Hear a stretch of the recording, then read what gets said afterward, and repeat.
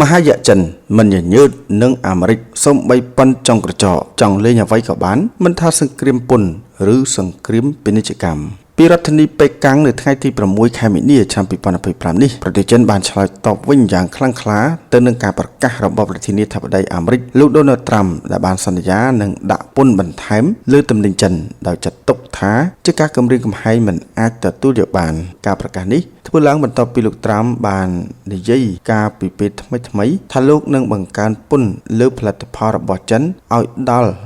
20% អ្នកនាំពាក្យក្រសួងការបរទេសចិនលោកលីនជៀនបាននិយាយនៅក្នុងសន្និសីទសារព័ត៌មានមួយថាប្រសិនបើសហរដ្ឋអាមេរិកចង់បានសង្គ្រាមពន្ធឬសង្គ្រាមពាណិជ្ជកម្មឬសង្គ្រាមប្រភេទណាមួយក៏ដោយយើងត្រៀមជាស្រេចដើម្បីប្រយុទ្ធឲ្យដល់ទីបញ្ចប់លោកបានបញ្ជាក់ថាចិននឹងចាត់វិធានការចាំបាច់ទាំងអស់ដើម្បីការពារផលប្រយោជន៍របស់ខ្លួនរួមទាំងការដាក់ពន្ធតបទៅវិញលើទំនិញអាមេរិកនិងការរឹតបន្តឹងការនាំចូលវត្ថុធាតុដើមសំខាន់ៗនៅកាលពីថ្ងៃអង្គារកន្លងទៅនេះចិនបានប្រកាសដាក់ពន្ធបន្ថែម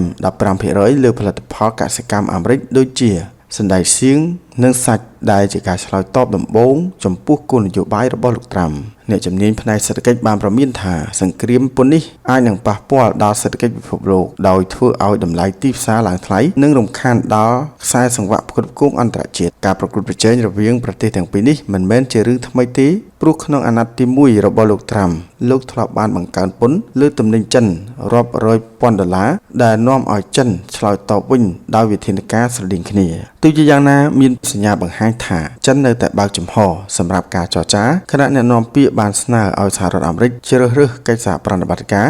ជាងការប្រជុំមុខដើម្បីរក្សាទំនាក់ទំនងសេដ្ឋកិច្ចឲ្យមានស្ថិរភាពខណៈដែលស្ថានភាពកំពុងតានតឹងពិភពលោកកំពុងសម្លឹងមើលថាតើប្រទេសទាំងពីរនេះនឹងអាចមានការសម្រុះសម្រួលគ្នាបានយ៉ាងណាឬមួយសង្គ្រាមពាណិជ្ជកម្មថ្មីមួយអាចនឹងផ្ទុះឡើង